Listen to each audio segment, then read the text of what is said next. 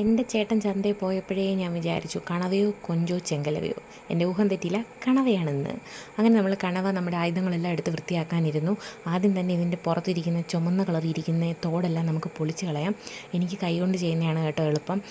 മറ്റ് മീനുകൾ വൃത്തിയാക്കുന്നതിനേക്കാളും എളുപ്പമാണ് കണവ വൃത്തിയാക്കാൻ. എനിക്ക് ഒട്ടും ഇഷ്ടമില്ലാത്തത് വങ്കട വൃത്തിയാക്കാനാണ്. എന്തൊരു പാടാണോ.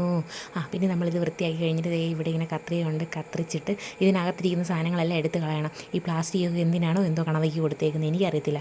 നല്ലപോലെ ഇങ്ങനെ അതിനകത്ത് അഴുക്കെല്ലാം എടുത്ത് കളഞ്ഞ് കഴുകി നമുക്കൊരു പാത്രത്തിലേക്ക് ഇടാം. ഇനി അടുത്ത് നമ്മൾ മല്ലി പിടിക്കാൻ പോകുന്ന കണവയുടെ തലയായിട്ടാണ്. ഈ കണവയുടെ തലയ്ക്കകത്തൊരു സാധനം ഇരിപ്പുണ്ട്, കട്ടെന്നാണ് പറയുന്നത്. അതെടുത്ത് കളയണം, ഇല്ലെങ്കിൽ കണവ കയ്ക്കും. എന്നോട് അപ്പം പറഞ്ഞു തന്നിട്ടുള്ളതാണ്, എല്ലാവർക്കും ഇത് അറിയാമെന്ന് വിശ്വസിക്കുന്നു. പിന്നെ ഇതിൻ്റെ മൂട്ടിയിരിക്കുന്ന സാധനമൊക്കെ ഇങ്ങനെ കിടക്കുന്ന സാധനങ്ങളൊക്കെ എടുത്ത് കളഞ്ഞിട്ട് ഞാൻ ഇതിൻ്റെ തലയ്ക്കകത്ത് ചിത്രപ്പണിയും കൂടെ വലിച്ചിളക്കി കളഞ്ഞു. നമ്മളായിട്ട് കുറയ്ക്കേണ്ട, നല്ല വൃത്തിക്ക് കഴിക്കാമല്ലോ. അതുകൊണ്ട് ഇച്ചിരി സമയം എടുത്താലും നല്ല വൃത്തിയാക്കി എടുത്തു. ഇതേ കണ്ടിച്ചൊക്കെ എടുത്തിട്ടുണ്ട്. നല്ല തിളങ്ങുന്ന കണ്ടോ കണവാ. ഇന്ന് നമ്മുടെ ഗുസ്തി മൊത്തം നമ്മുടെ അടുപ്പിലാണ് ഗൈസ്. കഞ്ഞി വെച്ചത് കൊണ്ട് അതിൽ കനലൊക്കെ ഉണ്ടായിരുന്നു. പിന്നെ നമ്മൾ എണ്ണ ഒഴിച്ചു. പിന്നെ നമുക്കിതിലേക്ക് കടുക് ഇട്ട് കൊടുത്ത് ഇത്തിരി കറിവേപ്പിലിട്ട് പൊട്ടിക്കാം. അതാണല്ലോ നാട്ടുനടപ്പ്. അത് കഴിഞ്ഞ് നമ്മൾ ഉള്ളി, വെളുത്തുള്ളി, ഇഞ്ചി എല്ലാം കൂടെ ഇട്ട് കൊടുത്ത് നന്നായിട്ട് ഇളക്കണം. ഫോൺ അടുപ്പിൻ്റെ മൂട്ടി കുത്തിപ്പിടിച്ച് വെച്ചിട്ടാണ് ഈ സാഹസികത മൊത്തം ഞാൻ കാണിക്കുന്നത്. ഫോൺ തീ പിടിക്കുമെന്ന് എനിക്ക് നല്ല പേടിയുണ്ടായിരുന്നു. എങ്കിൽ ടമാർ പടാർ തീർന്നു. അത് കഴിഞ്ഞപ്പോഴത്തേക്കും നമ്മുടെ ഉള്ളി, പച്ചമുളകും കൂടി ഇട്ട് കൊടുത്തിട്ടുണ്ട്. അത് വഴണ്ട് വന്നു. അതിനുശേഷം നമ്മൾ കഴുകി വൃത്തിയാക്കി വെച്ചേക്കുന്ന കണവ ഇതിലേക്ക് ഇട്ട് കൊടുക്കേണ്ടതാണ് ഗൈസ്. പക്ഷേ എനിക്ക് അബദ്ധം പറ്റി. തോത്തി വെച്ചേക്കുന്ന കണവയായിരുന്നു ഇട്ട് കൊടുക്കേണ്ടത്. ഞാൻ വെള്ളത്തിൽ കിടന്ന് ഓടുന്ന കണവയെ പിടിച്ച് ഇട്ട് കൊടുത്തിട്ടുണ്ട്. എനിക്ക് പണി കിട്ടി. നമുക്കത് കാണാം. ഇതേ കണ്ടോ. ഇനി നമ്മൾ ഇച്ചിരി ഉപ്പും കൂടെ ഇട്ട് അടച്ച് വെച്ച് വേവിക്കണം. ഇത് വേവുന്ന സമയം കൊണ്ട് നമുക്ക് അരപ്പ് റെഡിയാക്കിയാലോ. അരപ്പിന് വേറെ പണിയൊന്നുമില്ല.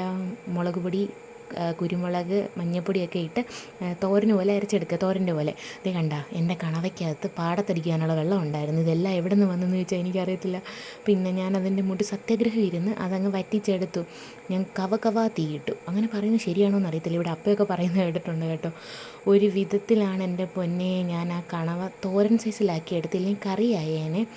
ഊതി എന്തായാലും കണവത്തോരനായിട്ടുണ്ട്. തീയൊക്കെ കത്തുന്നുണ്ടോ. ചട്ടിയിൽ കണ്ണ് വീഴാത്ത ഭാഗ്യം. പിന്നെ നമ്മൾ നടുക്കൊരു കുഴി കുഴിച്ച് അരപ്പിട്ട് കൊടുത്തു. പിന്നെ നമ്മളിതിങ്ങനെ ഒത്തു വെച്ച് ഒന്നും കൂടെ ഒക്കെ ചൂട് കയറ്റി എടുക്കുക. ഇനി ഞാൻ കൊച്ചിന് കൊടുക്കുന്നത്, എൻ്റെ കൊച്ചിൻ്റെ റിയാക്ഷൻ കാണാവേ. തേജു ഇത് കഴിച്ചിട്ട് എങ്ങനെ ഉണ്ടെന്ന് പറ. ഞാൻ വെച്ചു തരാം.